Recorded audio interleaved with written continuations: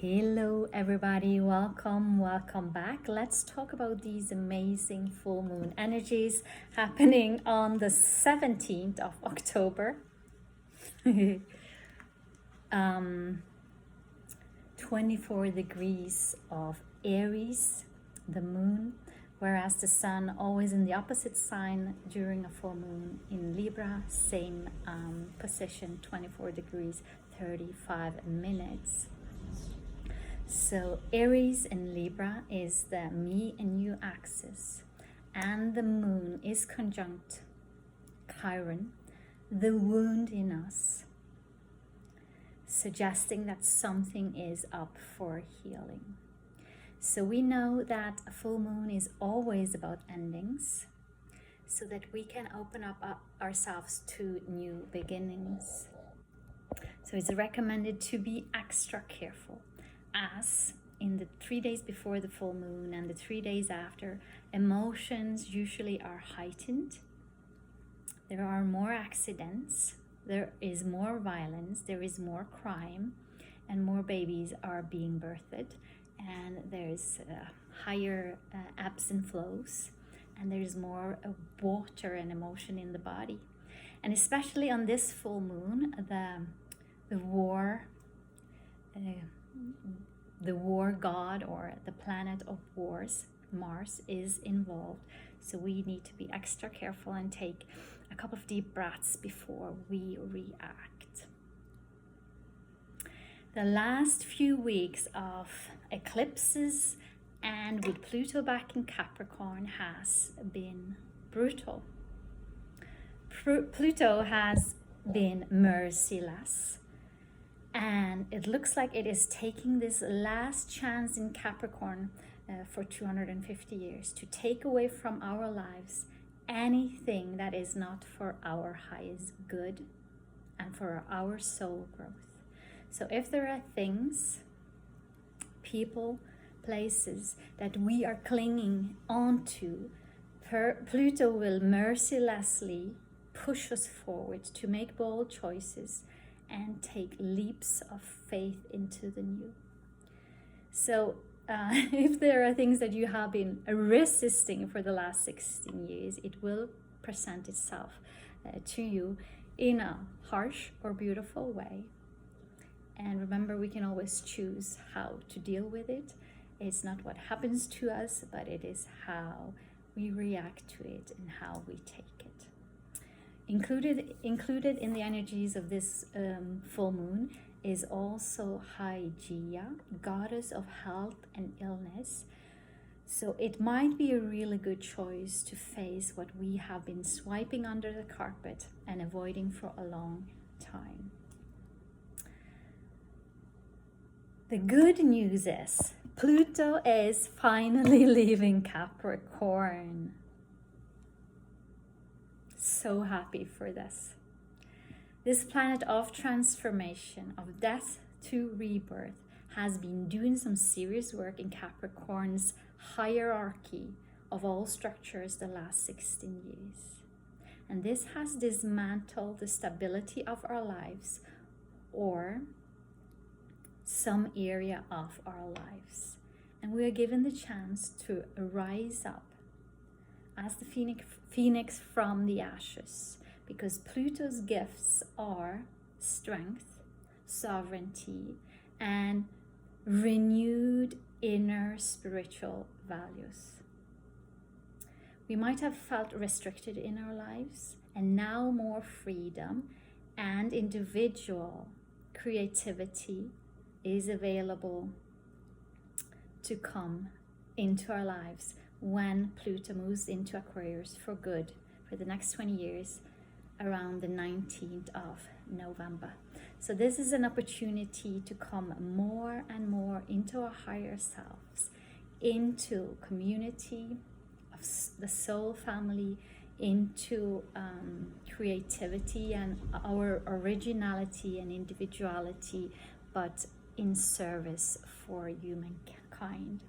So according to many sages, many astrologers, and if you know the work of Dolores Cannon, the earth is going to be completely different. Okay, back to these full moon energies, setting the tone for the next 2 weeks and the next 6 months. Moon is conjunct just next to the wounded part of us, Chiron. This is a part of us that was wounded when we were children, or maybe from past lives, that later becomes the healer in us. And our collective wound is being activated. And when it's in Aries, we might be walking around asking ourselves, who am I? What is my purpose here? Why am I doing what I am doing? And maybe your lower self feels completely lost and confused at the moment, whereas the higher self knows perfectly well what we are doing and pushing us forward in our lives. In this full moon, there is a grand cross. It's a big square of red blinking lights involving Pluto, the moon, Mars, and the sun.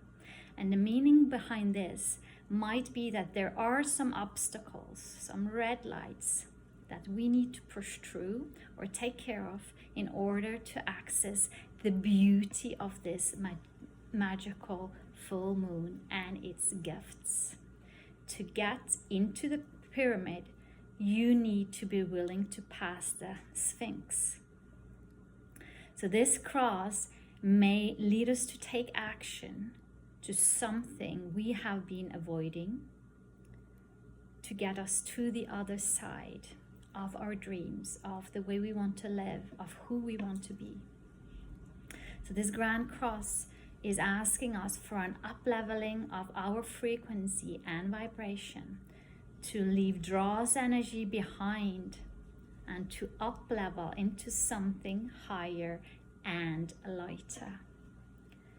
So it's about taking action into a higher frequency of how to live our lives and who we want to be and become. And if we are willing to do so, then we can access the true power and magic behind this magical full moon. Because this is a full moon that is so supported of so much divine feminine energy and so much love from the ancient feminine goddesses, archetypes, and myths that are holding space for the energy of this full moon. We have Venus, the goddess of love, art, wisdom, and intuition fully involved in this full moon. We have Vesta, considered to be one of the highest goddesses, goddess of home and family, keeper of the sacred flame of life, goddess of the heart, goddess of weddings and miraculous impregnation. She's in the picture. We have Juno, next to the sun, goddess of commitment, of marriage, money. Juno carries this powerful symbolism related again to love, to relationships and health, and is urging us to make a commitment to our inner balance and harmony, and also to committing to meaningful relationships to others. And last but not least, next to the shining full moon, we have sister of Mars, Eris, who is a feminine warrior goddess. And she's a highly transformative energy guiding us to step into our intuitive world and free us of limitations. The sun is at a point where she is exactly communicating to Arcturus and Spica this full moon. So there are some beautiful cosmic and galactic energies coming in and amping up the energies during this full moon. So it can be quite magical if we let it, and if we have done the inner work so far. I find the Sabian symbols of this moon interesting. So where the moon is sitting, the Sabian symbol would be a double promise, reveals its inner and outer meaning. So this is where the moon sits. The Sabian symbol of the sun in Libra is information in the symbol of an autumn leaf. Are we able to see the magic of the whole universe in an autumn leaf? The full moon ruler is Mars. So let's look at Mars. Mars is currently in Cancer, not a placement that Mars really loves. But Cancer is all about creating an enlightened home out of our lives. So again, this theme of home and family. The Sabian symbol of Mars at 24 degrees of Cancer is a woman and two men cast away on a small island. Or another way of saying it, a woman and two men on a bit of sunlit land facing south. Of course, you can change it to one man and two women. So this could signify also a harmonization of the family and coming home. And it can also mean the opposite. As Mars' lowest and worst expression would be aggression, depression, and even volatile energy in the home and in the family. Whereas Mars at its best would be devotion to the family unit and using this masculine power and life force towards his true spiritual purpose to protect and provide for the family and the people in his life. So to me, there is this feeling of the transformation that has happened during this great awakening the last couple of years, as the divine is really waking up to this true purpose of being a protector. And this makes me think of the Cherokee proverb, and I will read it out. A woman's lowest calling is to seduce and separate a man from his soul and leave him aimlessly wandering. A woman's highest calling is to lead man to his soul and unite him with Source. A man's lowest calling is to ambush and force a way into life of woman. And a man's highest calling is to protect woman and child so that she is free to walk the earth unharmed. It's so beautiful and so simple, but we've all been wandering away from this, haven't we? There are two beautiful grand trines forming a six-pointed star, a hexagon, that supports this idea of the feminine and the masculine coming back together into union, into one, with one purpose.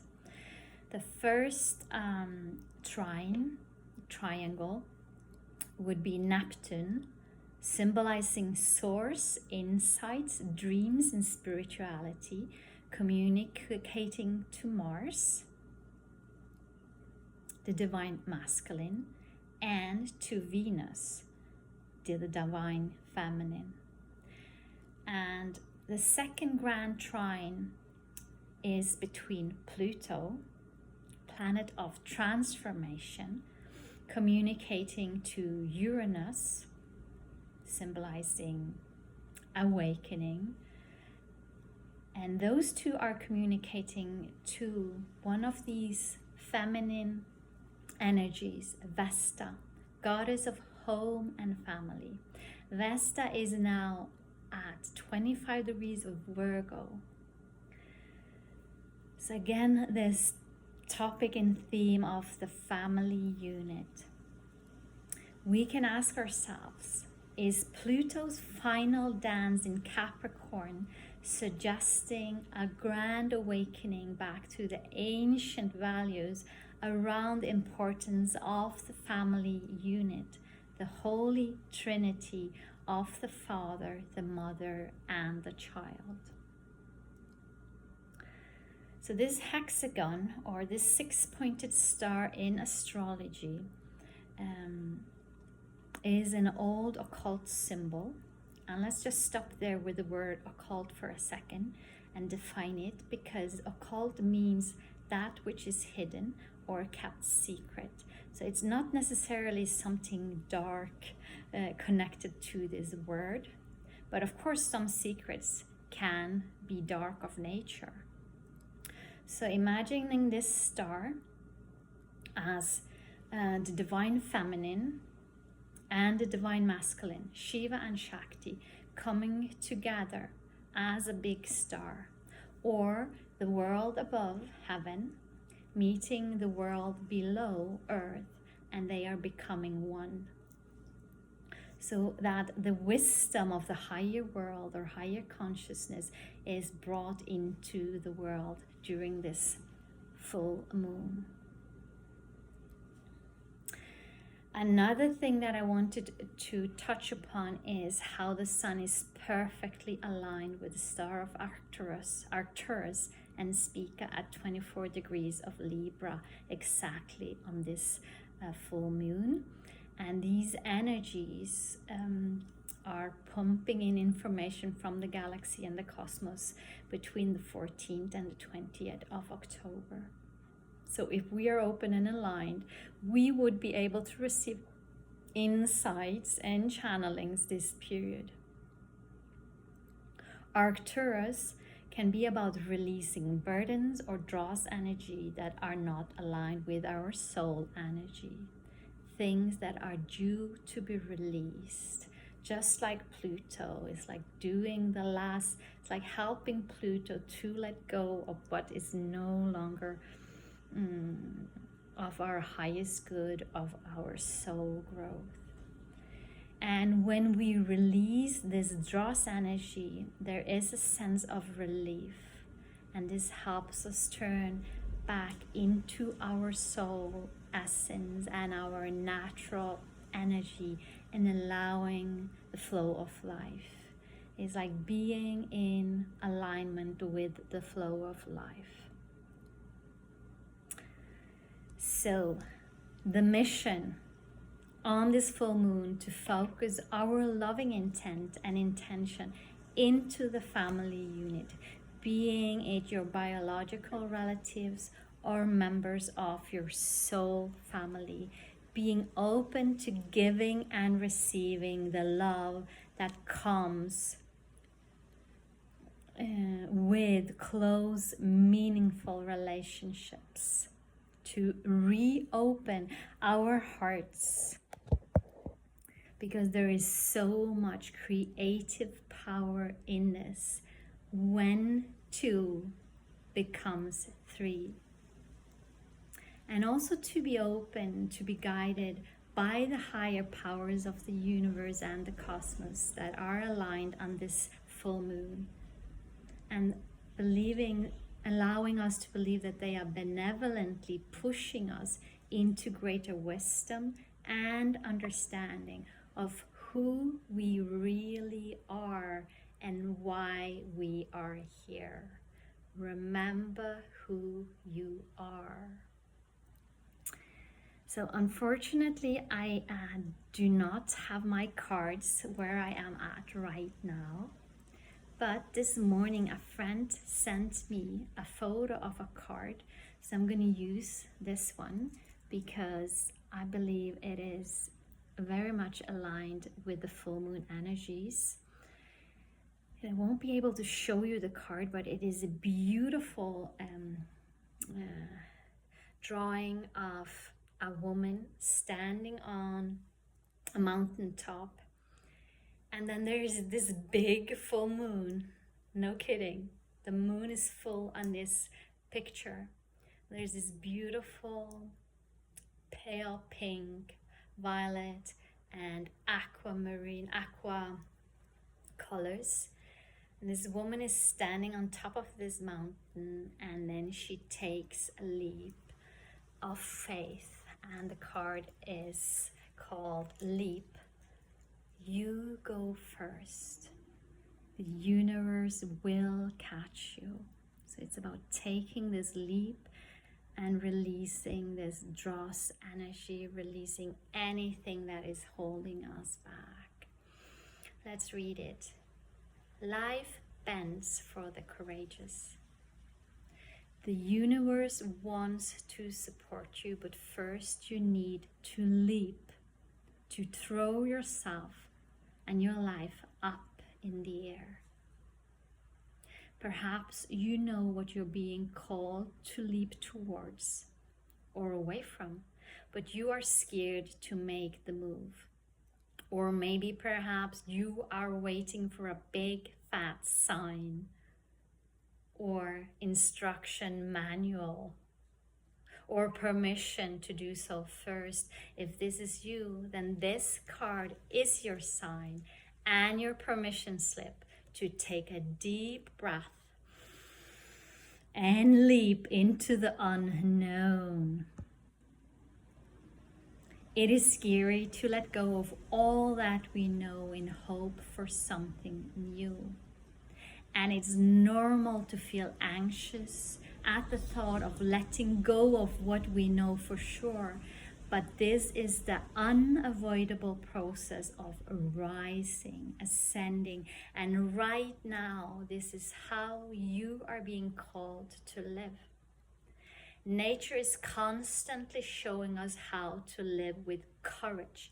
Courage in French, I've talked about it. It's heart, and âge is maturity. So nature is constantly showing us how to live with courage. Courage.